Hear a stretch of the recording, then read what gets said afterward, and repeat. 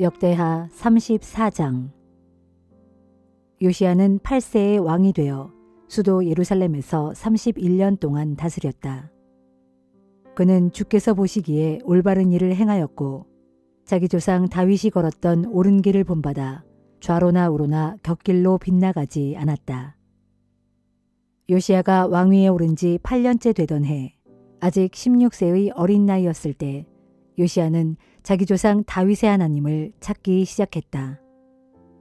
그리하여 왕위에 오른 지 12년이 되던 해, 요시야는 유다와 예루살렘 전역에서 산당은 물론 나무를 깎아 만든 아세라 여신상들과 새기거나 부어 만든 각종 이방 우상들을 모조리 없앴다. 그는 또 바알 신의 제단들을 모두 허물도록 명령하였고 바알의 제단 위에 있던 분향단들도 산산조각을 내고 아세라 여신상들과 우상들을 가루로 빻아서 그것들에게 제물을 바쳤던 자들의 무덤 위에 뿌리게 했다. 요시야 왕은 또 우상 숭배를 한 제사장들의 뼈를 그 제단 위에서 불살라 재로 만들었다. 이렇게 요시야는 유다와 예루살렘을 정결하게 했다.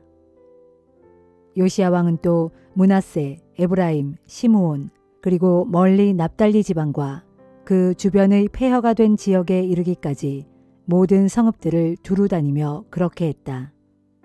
곧 제단들을 허물어 없애고 나무로 만든 아세라 여신상을 토막내고 온갖 이방 우상들을 부수어 가루로 만들고 분향단들도 산산조각으로 깨뜨려 버렸다.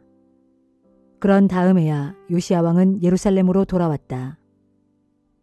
요시야 왕이 다스린 지 18년째 되던 해, 나라와 성전의 정결 작업을 완수한 그는 아살랴의 아들 사반과 예루살렘의 성주 마아세야와 요아하스의 아들인 사관 요아를 함께 보내어 하나님의 성전을 수리하게 했다. 그래서 그들은 대제사장 hil기야에게로 가서 하나님의 성전에 바쳐진 헌금을 모두 건네주었다. 그 헌금은 성전 문을 지키던 레위 사람들이 므낫세와 에브라임 지파 사람들, 북왕국 이스라엘에서 온 사람들, 유다의 전체 백성들과 베냐민 지파 사람들, 그리고 예루살렘 주민들에게서 모은 것이었다. 대제사장 hil기야는 그 돈을 받아 성전 보수 공사를 책임 맡은 감독관들에게 넘겨주었고 그들은 또한 그 돈으로 성전 수리를 직접 감당할 일꾼들을 고용하여 그들에게 품삯을 주었다. 즉 성전 보수 공사를 책임 맡은 감독관들은 그 돈으로 목수와 기능공들의 품삯을 지불하고 성전 보수에 필요한 각종 제목들과 다듬은 돌을 구입하여 이제껏 유다 왕들이 그토록 폐허가 되게 방치해 두었던 하나님의 성전을 보수하게 했다. 보수 공사를 맡은 자들은 아주 성실하게 일했다.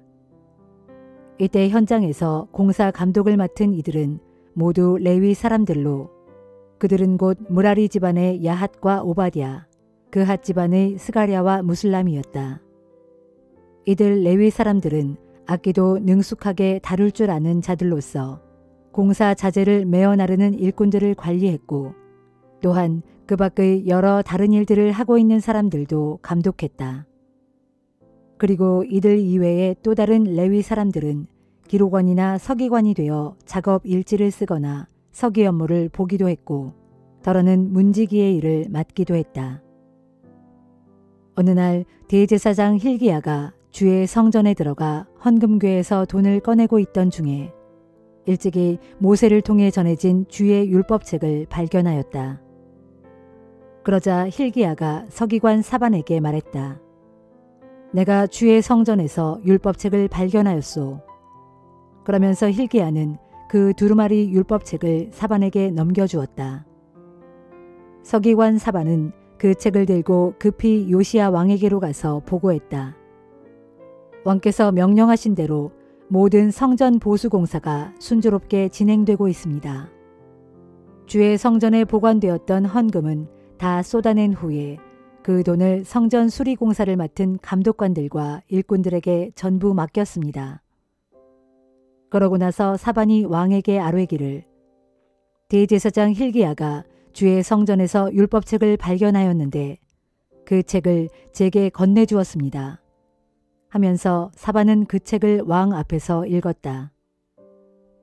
유다 왕 요시야는 그 율법책에 기록된 하나님의 말씀을 다 듣고는 크게 슬퍼하며 자기 옷을 찢었다. 그리고 왕은 대제사장 힐기야와 사반의 아들 아히감과 미가의 아들 압돈과 서기관 사반과 왕의 개인 보좌관 아사야에게 이렇게 명령하였다. 그대들은 이제 주께로 나가서 나를 위해서 그리고 유다와 이스라엘의 남은 자들을 위해서 이 두루마리 책에 기록된 것과 관련해서 우리가 어떻게 해야 옳은지를 주께 여쭈어 보도록 하시오. 지금껏 우리 조상들이 이 책에 기록된 주님의 말씀을 따르지 않았기 때문에 주께서 우리에게 쏟아부으신 진노가 너무나 크오. 이에 대제사장 힐기야는 왕의 명령에 따라 다른 사람들과 함께 여자 예언자 훌다를 찾아갔다. 그녀의 남편은 하스라의 손자이며 독핫의 아들인 살룸이었다. 당시 살룸은 왕실의 예복을 관리하는 사람이었고 그녀의 아내인 여자 예언자 훌다는 예루살렘의 둘째 구역에 살고 있었다. 그들이 훌다에게 왕의 말을 전하자 그녀가 그들에게 말했다. 주 이스라엘의 하나님께서 내게 이렇게 말씀하시니 그대들은 그대들을 내게 보낸 그분에게로 가서 이 도성을 향한 주의 말씀을 그대로 전하시오. 나 주가 말한다. 유다 왕 앞에서 낭독된 그 책에 기록된 모든 저주대로 내가 이 도성과 그 주민들에게 재앙을 내리겠다. 그들은 나를 저버린 채 다른 이방 신들에게 분향하고 스스로 우상을 만들어 섬김으로써 나의 진노를 폭발시켰다. 그러므로 내가 이 도성에 나의 진노를 쏟아 부을 것인데 그 진노는 결코 꺼지지 않을 것이다. 또 그대들은 주의 뜻을 여쭙도록 그대들을 내게 보낸 유다 왕 요시야를 향해서는 이렇게 전하시오. 이스라엘의 하나님인 나 주가 네가 들은 그 책의 말씀에 관해 말한다. 너는 이 도성과 이곳 주민들에 대한 나의 말을 듣고 마음속으로 책임을 통감하고 하나님 앞에 크게 겸손해져서 네 옷을 찢으며 내 앞에서 통곡하였다. 그러니 나도 네 기도를 들어주겠다. 네가 죽을 때까지는 내가 이 도성과 이곳 주민들에게 내리기로 한 나의 모든 재앙을 내리지 않겠다. 그러므로 너의 생전에는 그런 두려운 재난을 네 눈으로 보지 않으리니 너는 평안히 죽어서 네 조상들의 무덤에 묻힐 것이다. 훌다가 예언을 다 마치자 힐기야 일행은 요시야 왕에게 돌아가서 그대로 보고하였다. 요시야 왕은 유다와 예루살렘의 장로들을 모두 불러 모았다. 그런 뒤 왕은 유다 백성과 예루살렘 주민과 제사장들과 레위 사람들, 즉 어른으로부터 아이에 이르기까지 모든 백성들을 다 데리고 주의 성전으로 올라갔다. 그리고 왕은 주의 성전에 모인 온 백성들 앞에서 대제사장 힐기야가 주의 성전에서 찾은 두루마리 율법책을 처음부터 끝까지 다 읽어주도록 했다.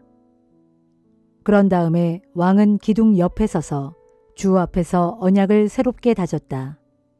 즉 왕은 오직 주께 순종하고 주께서 명하신 모든 계명과 가르침에 온 마음과 힘을 다하여 따를 것이며 주의 성전에서 발견된 그 율법책에 기록된 언약의 말씀을 그대로 다 지키겠다고 맹세했다.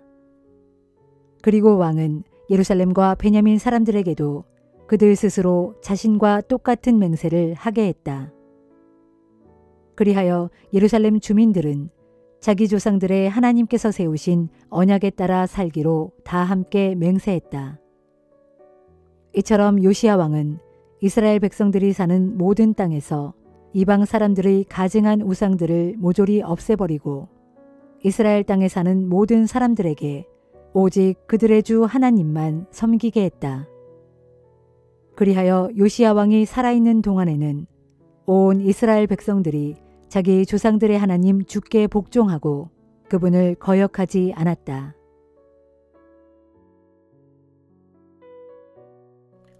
요한계시록 20장.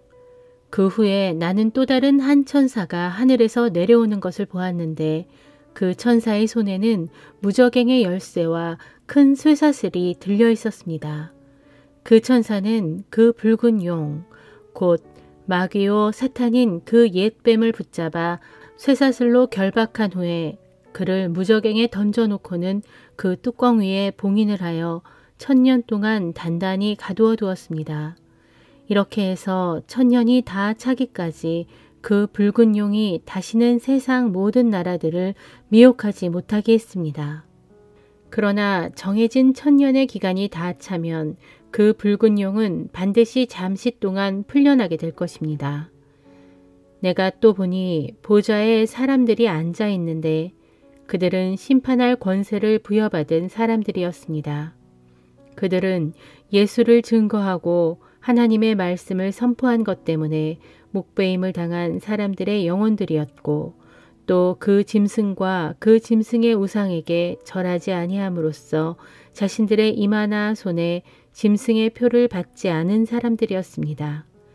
이제 그들은 모두 다시 살아나서 그리스도와 함께 1000년 동안 왕노릇하며 다스렸습니다. 이것이 첫째 부활입니다. 그러나 그 나머지 죽은 자들은 1000년이 끝날 때까지 살아나지 못했습니다. 이 첫째 부활에 참여하는 사람들은 참으로 복되고 거룩합니다. 이 사람들에게는 둘째 사망이 아무런 효력을 발휘할 수 없습니다. 그들은 하나님과 그리스도의 제사장이 되어 그리스도와 함께 1000년 동안 왕노릇하며 다스릴 것입니다. 1000년이 다 차면 사탄이 갇혀있던 무저갱 감옥에서 풀려날 것입니다. 그러면 사탄은 땅의 사방에 있는 나라들, 곧 곡과 마곡을 미혹하여 큰 전쟁을 하려고 그들의 군대를 집결시킬 것입니다. 이때 그들의 수요는 바닷가의 모래처럼 헤아릴 수 없을 정도로 많을 것입니다. 그들은 땅을 가로질러 진군에 와서 성도들의 진영과 하나님께서 사랑하시는 도성을 포위할 것입니다. 그러나 바로 그때에 하늘에서 맹렬한 불이 내려와 사탄의 군대를 모조리 삼켜버릴 것입니다. 그리고 그들을 미혹했던 우두머리 사탄은 꽁꽁 묶여 유황불이 활활 타오르는 불못에 던져질 것입니다. 그 불못은 이미 그 짐승과 거짓 예언자가 던져진 곳인데 거기에서 그들 무리들은 밤낮으로 영원토록 고통을 당할 것입니다. 그때 나는 크고 흰 보좌와 그 위에 앉아 계신 분을 보았습니다. 땅과 하늘이 그분 앞에서 자취를 감추고 온데간데 없었습니다. 나는 또 죽은 사람들이 높은 자나 낮은 자나 할 것 없이 모두 하나님 앞에 서 있는 것을 보았습니다. 많은 책들이 펼쳐져 있었고 특별히 또 다른 책 하나가 펼쳐져 있었는데 그것은 생명의 책이었습니다. 크고 흰 보좌 앞에 서 있는 죽은 사람들은 그 책에 기록되어 있는 대로 각자 자신들이 행한 행실에 따라 심판을 받았습니다. 바다가 자기 안에 있는 죽은 자들을 다 토해냈고 사망과 지옥도 자기 안에 있는 죽은 자들을 다 토해냈습니다. 그들 역시 각자 자신들이 행한 행실에 따라 심판을 받았습니다. 그러고 나서 사망과 지옥도 영영 불타는 불못에 던져졌습니다. 이렇게 불못에 던져지는 것이 바로 둘째 사망입니다. 누구든지 하늘나라의 크고 흰 보좌 앞에 펼쳐진 생명의 책에 그 이름이 기록되어 있지 않는 사람은 모두 이 불못에 던져졌습니다. 말라기 2장. 너희 제사장들아, 너희는 이제 주께서 너희에게 내리시는 이 경고의 말씀을 들어라. 나 전능한 만군의 주가 말한다. 만일 너희가 내 말을 마음에 새겨듣지 않고 내 이름을 존귀하게 여기지 않는다면 내가 너희에게 저주를 내리겠다. 그래서 너희가 누리는 복을 재앙으로 바꾸어 버리겠다. 그렇다. 사실은 내가 이미 너희에게 저주를 내렸으니 너희가 내 말을 듣지 않고 내 이름을 높이지 않았기 때문이다. 보라, 내가 너희 때문에 너희 자손을 크게 꾸짖고 벌 주겠다. 내가 또 절기 때에 너희가 내게 끌고 온 너희 희생제물의 똥을 너희 얼굴에 바를 것이고 너희를 그 희생제물의 배설물과 함께 멀리 던져버리겠다. 나 전능한 만군의 주가 말한다. 그러면 그제야 너희는 내가 일찍이 너희 조상 레위와 맺은 계약을 파기하지 않고 계속 유지하기 위해 너희에게 이 같은 훈계를 주었다는 사실을 알게 될 것이다. 내가 너희 조상 레위와 맺은 계약은 생명과 평강의 계약이다. 내가 이 같은 계약을 너희 조상 레위와 맺은 것은 그로 하여금 나를 경외하도록 하기 위함이었는데 과연 그는 나를 경외하고 내 이름을 존귀하게 여겨 두려워하였다. 그의 입에는 항상 진리의 법이 있었고 그의 입술에는 어떤 불이나 거짓도 없었다. 그는 나와 동행하는 가운데 평화롭고 올바르게 살았으며 또한 많은 사람들을 깨우쳐 그들을 그들의 죄악에서 돌이켜 떠나게 하였다. 이와 같이 무릇 제사장의 입술은 항상 올바른 지식을 간직하고 있어야 하고 사람들은 그의 입술의 가르침을 통해 하나님의 율법을 배워야 마땅할 것이니 제사장은 나 전능한 만군의 주의 사자이기 때문이다. 그러나 이제 너희 제사장들은 바른 길에서 떠나 너희의 잘못된 율법의 가르침으로 많은 사람들을 넘어지게 하였다. 그러므로 나 전능한 만군의 주가 말한다. 바로 너희가 레위의 언약, 곧 일찍이 내가 너희 조상 레위와 맺은 계약을 깨뜨리고 말았다. 이처럼 너희는 내 길을 따르지 아니하고 내 율법을 함부로 다루어 사람에 따라 한쪽으로 치우치게 적용하였다. 그러므로 내가 너희를 낮추어 모든 백성들 앞에서 멸시를 당하고 천대를 받게 하였다. 우리는 모두 같은 아버지에게서 태어난 후손들이 아니냐? 우리는 모두 같은 하나님에게서 지음받은 자들이 아니냐? 그런데 어찌하여 우리가 자기 형제끼리 서로 속이고 신뢰를 저버려서 일찍이 주께서 우리 조상들과 맺은 그 성결한 언약을 욕되게 하느냐? 유다 백성들은 신의를 저버리고 주를 거역하였으며 이스라엘 백성들과 예루살렘 주민들은 자기들의 땅에서 역겨운 짓을 행하였다. 또 유다 백성들은 주께서 사랑하시는 성소를 더럽히고 우상을 섬기는 이방 여인들과 결혼하였다. 누구든지 이처럼 이방 결혼을 하는 자들은 그가 일반 백성들을 일깨우는 지도자든 또는 지도자에게서 응답받는 일반 백성이든 심지어 전능하신 만군의 주께 제사를 드리는 제사장이라 할지라도 주께서는 그 자를 야곱의 장막에서 쫓아내실 것이다.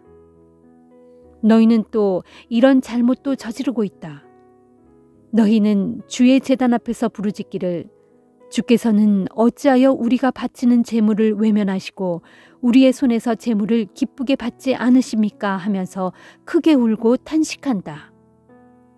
그러면서 너희는 주여 도대체 왜 그러십니까? 라고 묻는다. 그 까닭은 이러하다. 너와 내가 젊은 날에 얻은 내 아내 사이에 맺은 혼인서약, 곧 일찍이 주께서 증인이 되신 그 혼인서약을 내가 깨뜨렸기 때문이다.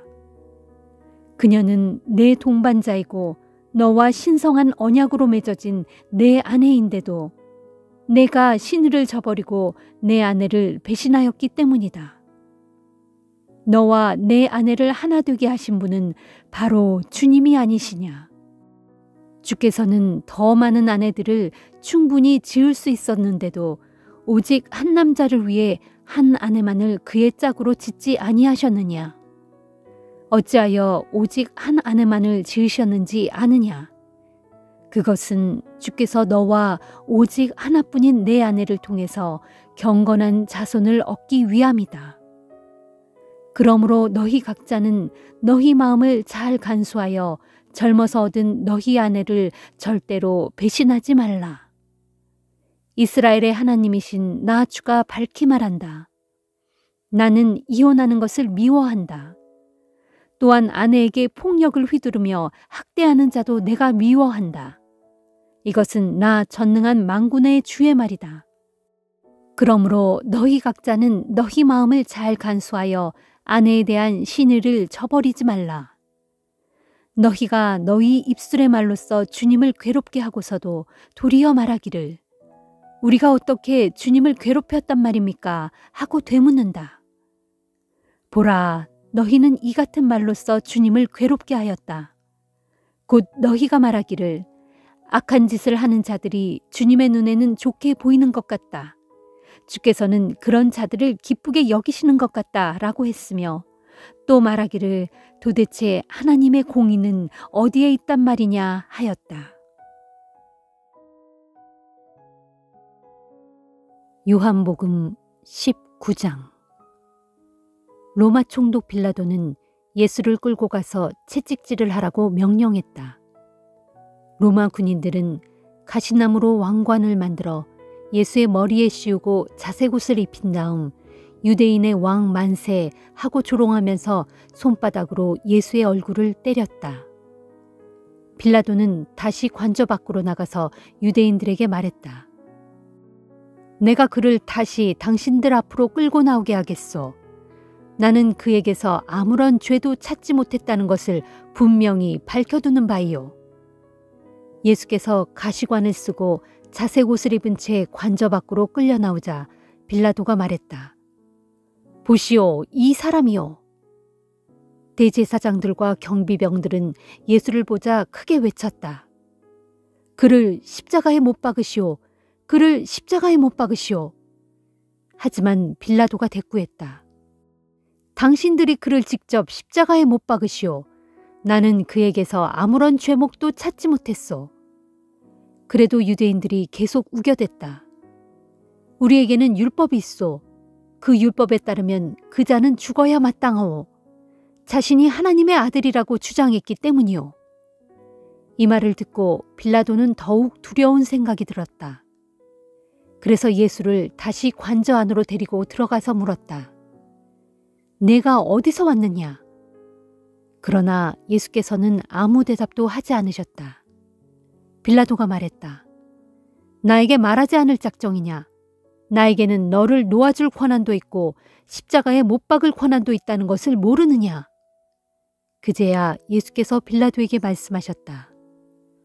위로부터 당신에게 권한이 주어지지 않았다면 당신에게는 나에 대한 어떠한 권한도 없었을 것이요. 그러니 나를 당신에게 넘겨준 자의 죄가 더욱 크오. 이 말을 듣고 그때부터 빌라도는 예수를 놓아주려고 애썼다. 하지만 유대인들은 계속 목소리를 높였다. 만일 총독께서 이 자를 놓아주신다면 각하는 로마 황제의 충신이라고 할 수 없습니다. 누구든지 자기를 왕이라고 주장하는 자는 로마 황제를 반역하는 자입니다. 이 말을 듣고 빌라도는 다시 예수를 관저 밖으로 데리고 나와 돌을 깔아놓은 광장의 재판석에 앉혔다. 때는 6월절 전날 낮 12시쯤이었다. 총독 빌라도가 유대인들에게 말했다. 자, 여기 당신들의 왕이 있어. 유대인들이 소리쳤다. 그를 죽이시오. 그를 죽이시오. 그를 십자가에 못 박으시오. 빌라도가 되물었다. 당신들의 왕을 왜 나더러 십자가에 못 박으란 말이오? 대제사장들이 대답했다. 우리에게는 로마 황제 말고는 다른 왕이 없습니다. 마침내 빌라도는 예수를 십자가에 못 박으라고 그들에게 넘겨주었다. 그러자 로마 군인들이 예수를 끌고 나갔다. 예수께서는 자신의 십자가를 지고 해골이라 불리는 처형 장소로 갔다. 해골은 히브리 말로 골고다였다. 로마 군인들은 거기에서 예수를 십자가에 못 박았다. 예수를 가운데에 두고 좌우 양편에도 각기 죄수 한 명씩이 십자가에 달렸다. 빌라도는 죄수의 명패를 준비하게 하여 예수의 십자가 위에 붙였다. 그 명패에는 유대인의 왕 나사렛 예수라고 쓰여 있었다. 많은 유대인들이 그 명패를 읽었다. 예수께서 십자가에 못 박히신 곳은 예루살렘 도성에서 가까운 데다 명패가 히브리어와 라틴어와 헬라어로 쓰였기 때문이다. 그 명패를 읽고 대제사장들이 빌라도에게 항의했다. 저자의 명패에다 유대인의 왕이라고 쓰면 안 됩니다. 자칭 유대인의 왕으로 고쳐야 합니다. 그러자 총독 빌라도가 대답했다. 내가 그렇게 썼소. 바꿔 쓸 수 없소. 한편 예수를 십자가에 못 박은 군인들은 예수의 겉옷을 네 몫으로 나누어 한 사람이 하나씩 차지했다. 속옷이 남았지만 그것은 이음새 없이 위에서 아래까지 통으로 짠 것이었다. 그래서 군인들은 서로 이렇게 말했다. 속옷은 찢지 말고 제비를 뽑아서 차지할 사람을 정하자. 이렇게 해서 그들이 내 옷을 나누어 갖고 또 더 나누어 가지려고 제비를 뽑았다라고 한 성경 말씀이 이루어졌다. 예수의 십자가 가까이에는 예수의 어머니 마리아, 예수의 이모 글로바의 아내 마리아, 그리고 막달라 마리아가 서 있었다. 십자가에 매달린 예수께서는 자신의 어머니 곁에 자신이 사랑하는 제자가 서 있는 것을 보고는 어머니에게 말씀하셨다. 어머니, 보십시오. 이 사람이 어머니의 아들입니다. 그리고 또 그 사랑하는 제자에게는 보라, 이분이 내 어머니시다 하고 말씀하셨다. 그때부터 그 제자는 예수의 어머니를 자기 집에 모셨다. 그 후 예수께서는 이제 모든 것이 다 이루어진 것을 아시고는 성경 말씀을 이루시려고 내가 목마르다 하고 말씀하셨다. 그 말을 듣고 사람들은 항아리에 담긴 신포도주를 우슬초 가지에 꿰ν 해면에 적셔 예수의 입에 갖다 대었다. 예수께서 그것으로 목을 축인 뒤 이제 다 이루었다 하고 말씀하셨다. 그런 뒤 머리를 떨구시고 마침내 숨을 거두셨다. 그날은 6월절의 예비일이었고 다음 날은 특별히 큰 안식일이었다. 유대인들은 거룩한 안식일에 시체들이 십자가에 매달려 있는 것을 원하지 않았기 때문에 빌라도에게 가서 죄수들의 다리를 부러뜨려서 시체를 십자가에서 내려달라고 요구했다. 그래서 로마 군인들이 와서 예수와 함께 십자가에 달린 두 사람의 다리를 차례로 꺾었다. 그러나 예수께 이르자 이미 숨을 거두신 것을 보고는 예수의 다리를 꺾지 않았다. 대신 군인들 가운데 하나가 창으로 예수의 옆구리를 푹 찔렀다. 그러자 예수의 옆구리에서 피와 물이 쏟아져 나왔다. 이것은 모든 것을 직접 목격한 사람의 증언이므로 그의 증언은 참되며 조금도 거짓이 없다. 그는 자신이 말한 내용을 다른 사람들도 믿게 하려고 이처럼 증언하는 것이다. 일이 이렇게 됨으로써 성경에 기록되어 있는 바대로 그의 뼈가 하나도 꺾이지 않을 것이다 라는 말씀과 또 그들은 자기들이 찌른 사람을 쳐다볼 것이다 라는 말씀이 이루어졌다. 그 후에 아리마대 사람 요셉이 예수의 시신을 모셔가게 해달라고 빌라도에게 요청했다. 그는 예수의 제자였으면서도 유대인들이 두려워 그 사실을 감추어 오던 사람이었다. 빌라도가 허락하자 그는 가서 예수의 시신을 십자가에서 내린 뒤 정성껏 모셔갔다. 또 전에 예수를 한밤중에 찾아간 일이 있었던 공회의원 니고데모도 모략과 침향을 섞어 만든 방부제를 100근가량 가져왔다. 그 두 사람은 함께 협력하여 예수의 시신을 모셔다가 유대인의 장례 풍습에 따라 방부제를 바른 뒤 길고 고운 배로 온몸을 감았다. 예수께서 십자가에 못 박히신 곳에는 동산이 하나 있었는데 그곳에는 전에 한 번도 시신이 안치된 적이 없는 새 무덤이 하나 있었다. 안식일 전에 빨리 일을 서둘러야 할 필요도 있었고 또 새 무덤도 가까이 있었기 때문에 그들은 예수의 시신을 거기에 모셨다.